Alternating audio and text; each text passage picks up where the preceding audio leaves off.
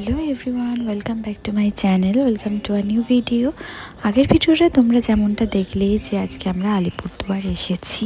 তো এখন সকালবেলা আমরা বেরিয়ে পড়েছি বাইরের চা বাগানটা একটু ঘুরতে।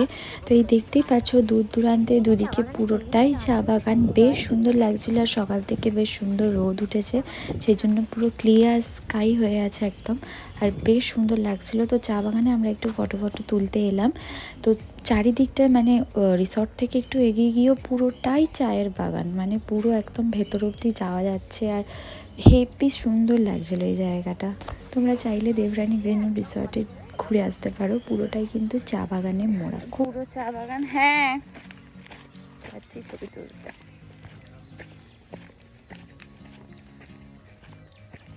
তারপর আমরা কটা রিলস করে নিয়েছিলাম।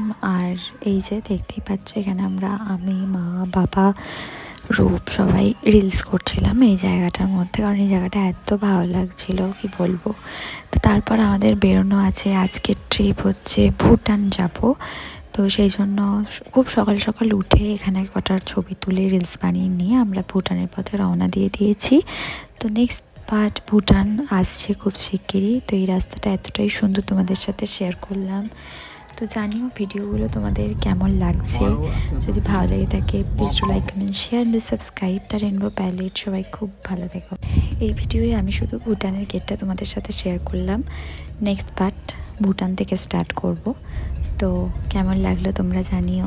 আজকের ভিডিওটা এইটুকুই রাখছি, বাকিটা তোমরা দেখে নিও। এই চলে এসেছি ভুটানের গেট। তো এখানে এখন ভেতরে, এখানে পার্কিংয়ে গাড়ি রেখে আমাদেরকে ভেতরে যেতে হবে। ভেতরে সমস্ত ডকুমেন্টস দেখাতে হবে, আমাদের পরিচয়পত্র দেখিয়ে তারপর ভেতরে আমরা প্রবেশ করতে পারবো। তো আজকের মতো বাই।